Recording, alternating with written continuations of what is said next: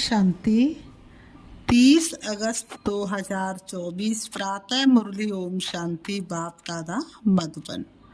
आज बाबा ने सुनाया, मीठे बच्चे तुम्हें खुशी होनी चाहिए कि दुख हरने वाला बाबा हमें सुखधाम में ले जाने आया है। हम स्वर्ग के परिजादे बनने वाले हैं। मीठे बच्चे तुम्हें खुशी होनी चाहिए कि दुख हरने वाला बाबा हमें सुख धाम में ले जाने आया है। हम स्वर्ग के परिजादे बनने वाले हैं। आज की मुरली से बाबा ने प्रश्न किया है, बच्चों की किस स्थिति को देखते हुए बाप को चिंता नहीं होती, क्यों? बच्चों की किस स्थिति को देखते हुए बाप को चिंता नहीं होती, क्यों? उत्तर में बाबा ने बताया, कोई कोई बच्चे फर्स्ट क्लास खुशबूदार फूल है, कोई में जरा भी खुशबू नहीं है। कोई की अवस्था बहुत अच्छी रहती, कोई माया के तूफानों से हार खा लेते हैं। ये सब देखते हुए भी बाप को चिंता नहीं होती। ये सब कुछ देखते हुए भी बाप को चिंता नहीं होती, क्योंकि बाप जानते हैं ये सत्युग की राजधानी स्थापन हो रही है। फिर भी बाप शिक्षा देते हैं, बच्चे जितना हो सके याद में रहो। फिर भी बाबा क्या करते, शिक्षा देते हैं कि बच्चे जितना हो सके बाप को याद करो। माया के तूफानों से डरो नहीं। बाबा कहते माया के तूफान तो आएंगे, लेकिन माया के तूफानों से तुम बच्चों को कभी भी डरना नहीं है। तुम मुक्त गगन के पंछी हो, अब उड़ते ही जाना है, तो तुम मुक्त गगन के हो ना। तो बाबा कहते ओम शांति। मीठे ते मीठा बेहद का बाप मीठे मीठे बच्चों को बैठ समझाते हैं। मीठे बच्चे बोलिए कितने मीठे हैं, और मीठा हमें बनाते बाबा आप तो कितने मीठे हो। ये तो समझते हो ना, बहुत मीठा मीठा बाप है। फिर शिक्षा देने वाला टीचर भी बहुत मीठा मीठा है। यहाँ तुम जब बैठते हो तो ये याद होना चाहिए, बहुत मीठा मीठा बाबा है, उनसे स्वर्ग का वर्षा मिलना है। बाबा ने कहा यहाँ तो वैश्यालय में बैठे हो, कितना मीठा बाप है, वह खुशी दिल में होनी चाहिए। हमने देखा, हमने पाया, सिर्फ भोला भगवान, कितनी खुशी होनी चाहिए। बाप हमको आधा कल्प सुख धाम में ले जाने वाला है, दुख हरने वाला है। एक तो ऐसा बाबा ने कहा, एक तो ऐसा बाबा है। फिर बाबा टीचर भी बनते, हमको सारे सृष्टि चक्र का राज समझाते हैं, जो और कोई नहीं समझा सकते। ये चक्र कैसे फिरता है, 84 जन्म कैसे पास होते हैं, ये सारा चपटी में समझाते बाबा। ये सारी बातें कैसे समझा देते, चपटी में। फिर साथ में भी ले जाएंगे, यहाँ तो रहना नहीं है, सभी आत्माओं को साथ ले जाएंगे। बाकी थोड़े रोज हैं। कहा जाता है, क्या कहा जाता है, बहुत गई थोड़ी रही, थोड़ी भी अब जाए।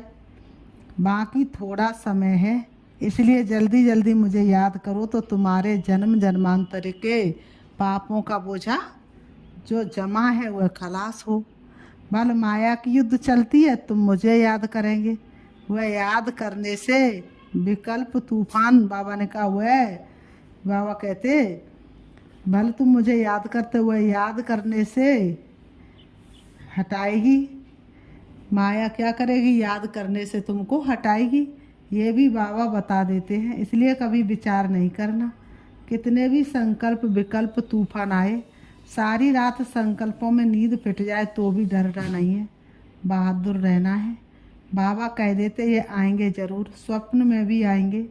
इन सब बातों से मैं डरना नहीं है, युद्ध का मैदान है ना, ये सब विनाश हो जाने हैं। तुम युद्ध करते हो माया को जीतने के लिए। बाकी इसमें कोई श्वास आद बंद नहीं करना है। आत्मा जब शरीर में होती है तो श्वास चलता है, इसमें श्वास आदि बंद करने की भी कोशिश नहीं करनी है। हठयोग आदि में कितनी तकलीफ करते हैं, बाबा को अनुभव है। थोड़ा थोड़ा सीखते थे, परंतु फुर्सत भी होना।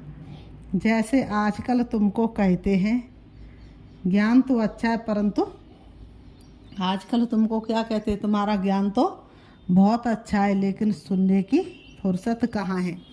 इतने कारखाने हैं, ये है तुमको बाप कहते हैं। मीठे मीठे बच्चों, एक तो बाप को याद करो और चक्र को याद करो बस। क्या ये डिफ़िकल्ट है? सतयुग त्रेता में इनों का राज्य था, फिर इस्लामी बुद्धि आदि की वृद्धि होती गई। वह अपने धर्म को भूल गए, अपने को देवी देवता कह ना सके क्योंकि अपवित्र बन पड़े।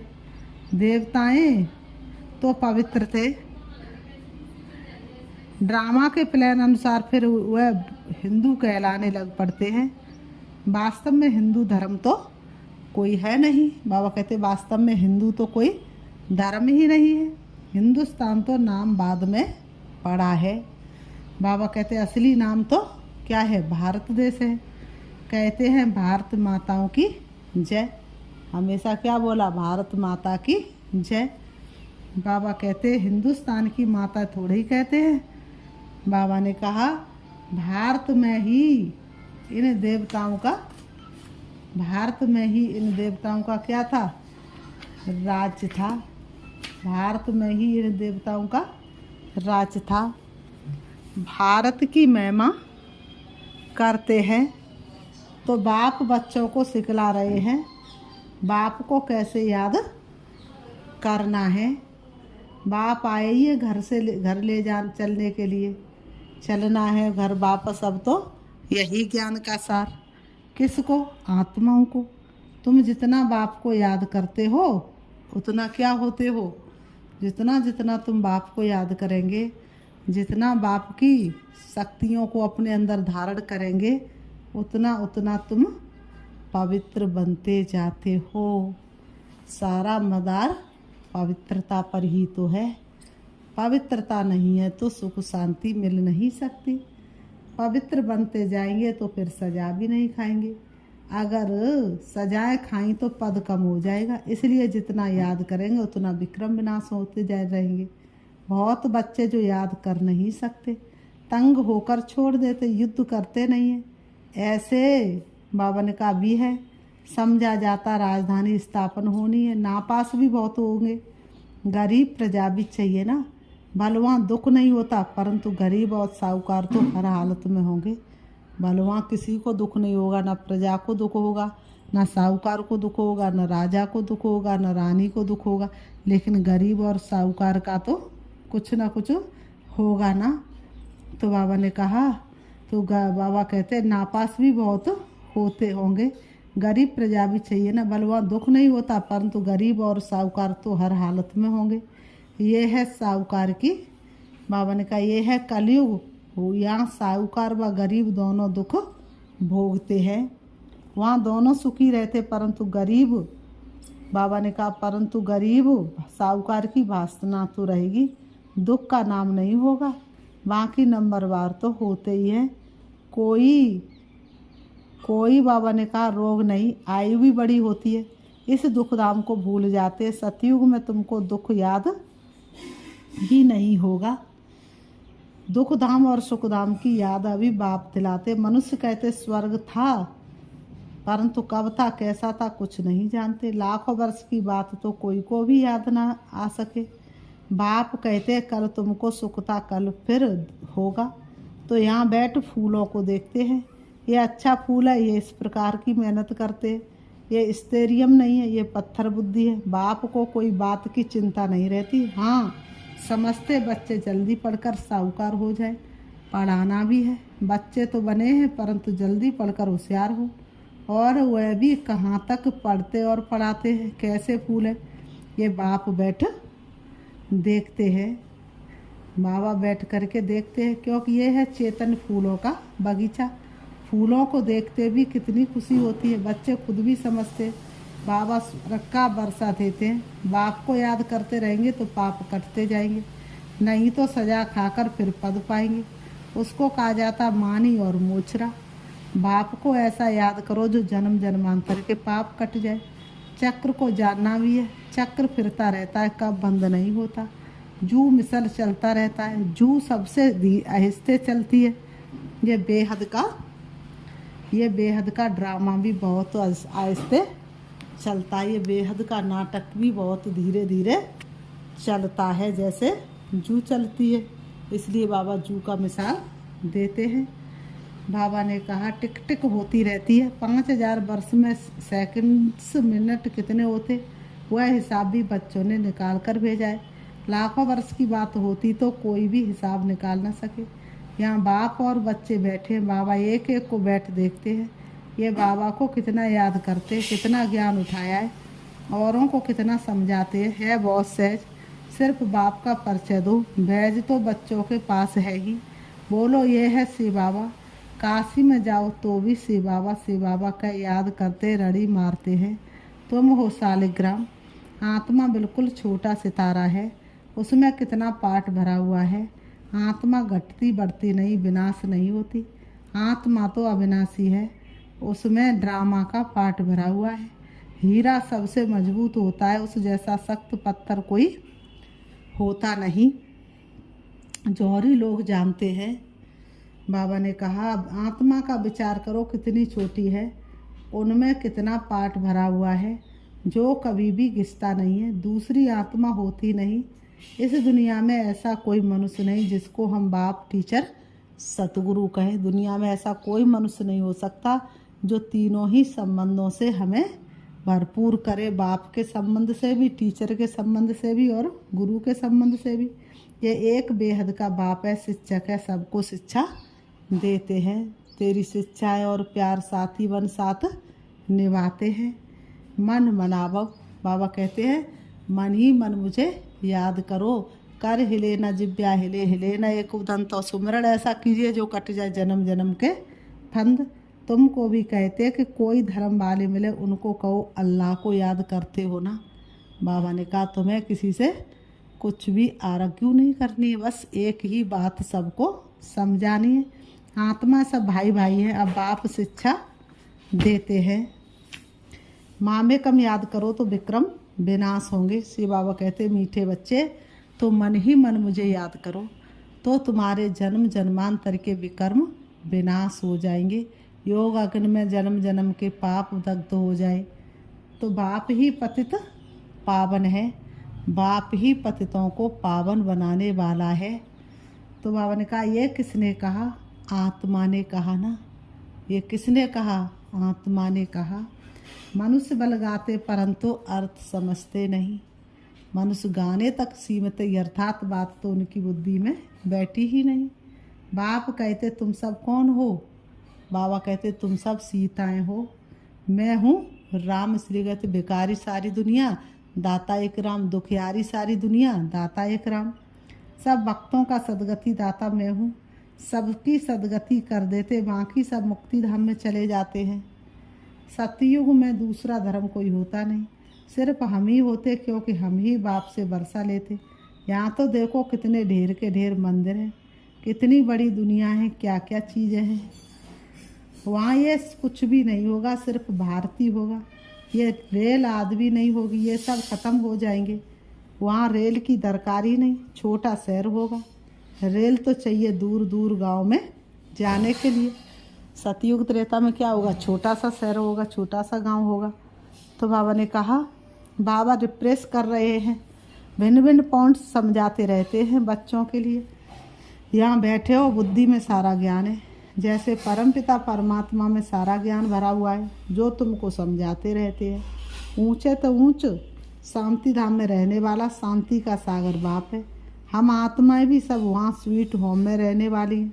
शांति के लिए मनुष्य कितना माथा मारते, साधु लोग भी कहते मन को शांति कैसे मिले, क्या क्या युक्ति रचते गाया जाता। आत्मा तो मन बुद्धि सहित है, उनका स्वधर्म है ही शांति। मुख है ही नहीं, कर्मेंद्रियाँ ही नहीं, तो जरूर शांति ही होगी।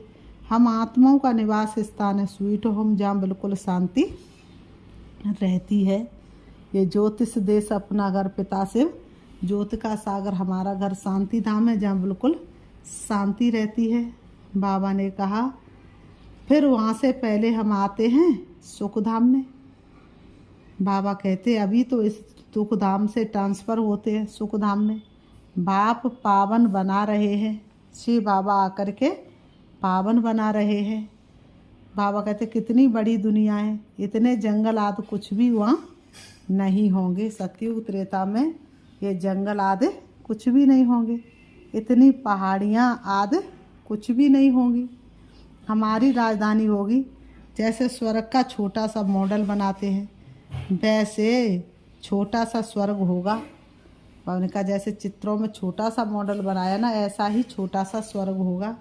क्या होना है बंडर, देखो कितनी बड़ी सृष्टि है। यहाँ तो सब आपस में लड़ते रहते हैं। जो हम आपस में ना झगड़ते बने हुए, क्यों खेल बिगड़ते तो आपस में 5 विकारों के कारण सब लड़ते रहते हैं।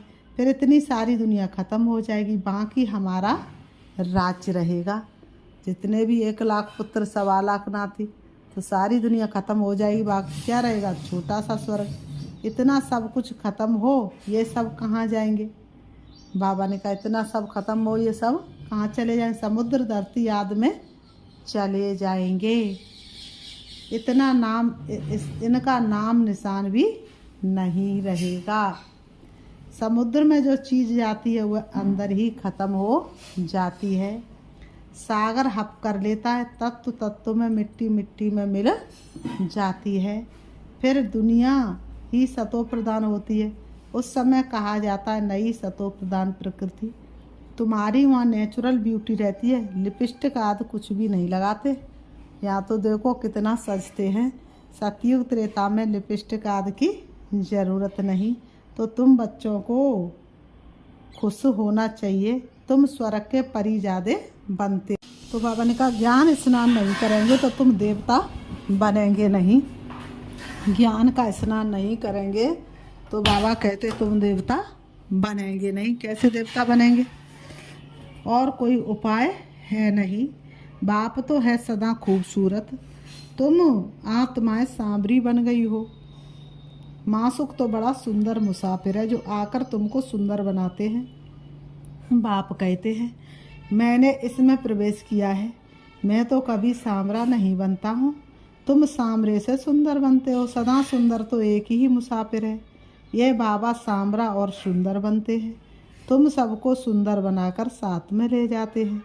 तुम बच्चों को सुंदर बन, फिर और सबको सुंदर बनाना है। बाप तो श्याम सुंदर बनते नहीं। गीता में भूल कर दिए जो बाप के बदले श्री कृष्ण का नाम डाल दिया है। इसको ही कहा जाता है एकज भूल।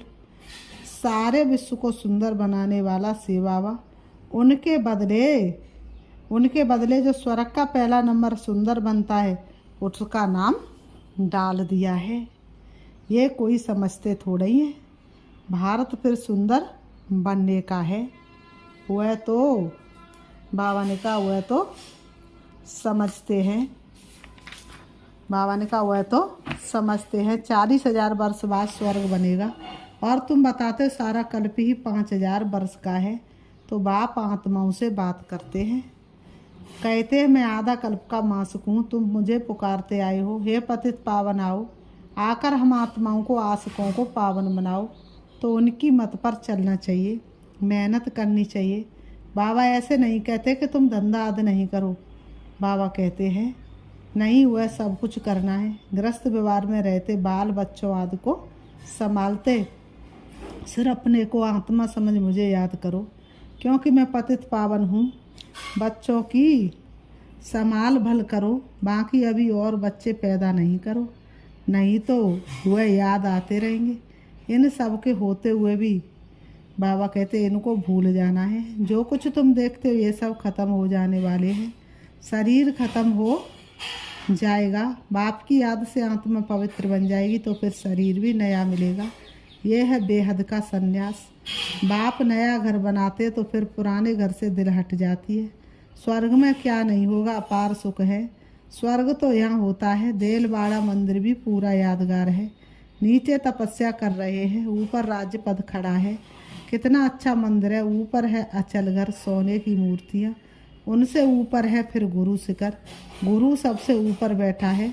ऊंचे तो ऊंचे है सदगुरु, फिर बीच में दिखाया है स्वर्ग। तो ये देलवाड़ा मंदिर पूरा यादगार है। राजयोग तुम सीखते हो, फिर स्वर्ग यहाँ होगा। देवता यहाँ थे ना, परंतु उनके लिए पावन दुनिया अब बन रही है। फिर बाबा कहते अच्छा मीठे मीठे सिखी लते बच्चों प्रति माता पिता बाप दादा का याद प्यार और गुड मॉर्निंग। रूहानी बाप की रूहानी बच्चों को नमस्ते। हम रूहानी बच्चों की रूहानी बाप दादा को याद प्यार और नमस्ते नमस्ते नमस्ते। धारणा के लिए मुख्य सार नंबर 1, इन आँखों से सब कुछ देखते हुए इसे भूलने का अभ्यास करना है। पुराने घर से दुनिया से दिल हटा लेनी है, नए घर को याद करना है। नंबर 2, ज्ञान स्नान कर सुंदर परिजादा बनना है।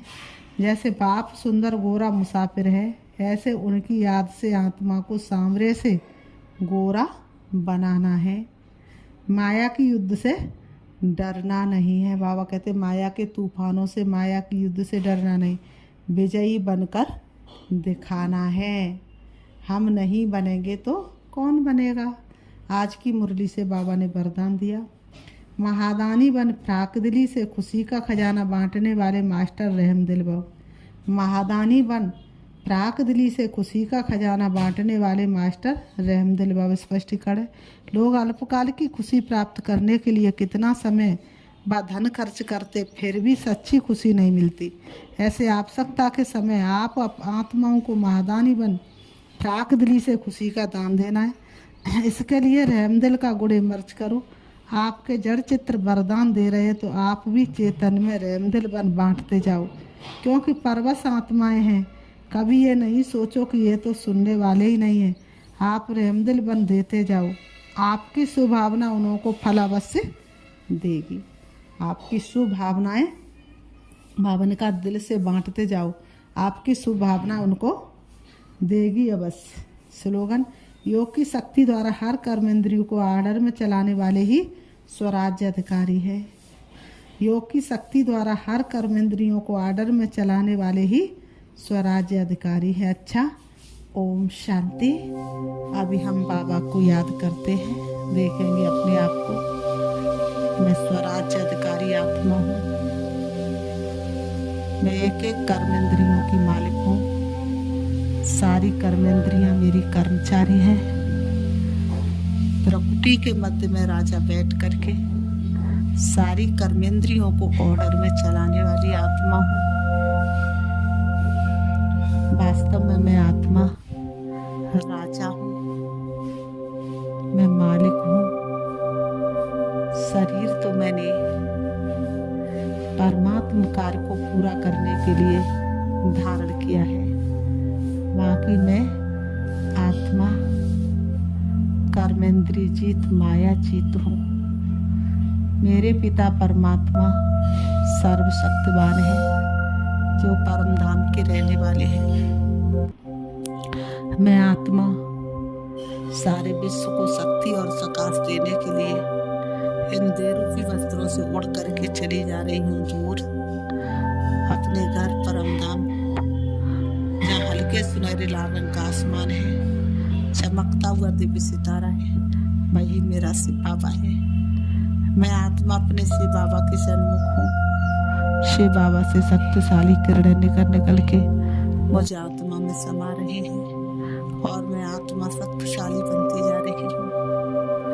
मेरे विक्रम विनाश हो रहे हैं, मुझे आत्मा में शक्ति बढ़ती जा रही है। अब शिव बाबा से शक्ति लेकर मैं आत्मा परम धाम से नीचे सृष्टि रंगमंच पर आ जाती हूँ। आकर के अपने देह रूपी वस्त्रों में दोनों ब्रह्म के बीच प्रकृति विराजमान हो जाती हूँ। मुझे आत्मा की शक्ति पहले से कई गुना ज्यादा है। मैं आत्मा शक्तिशाली हूँ, सर्व गुणों से भरपूर हूँ, सर्व शक्तियों से भरपूर हूँ। एक एक कर्मेंद्रिय मेरे ऑर्डर में है। मैं आत्मा राजा हूँ, मालिक हूँ। ओम शांति, ओम शांति।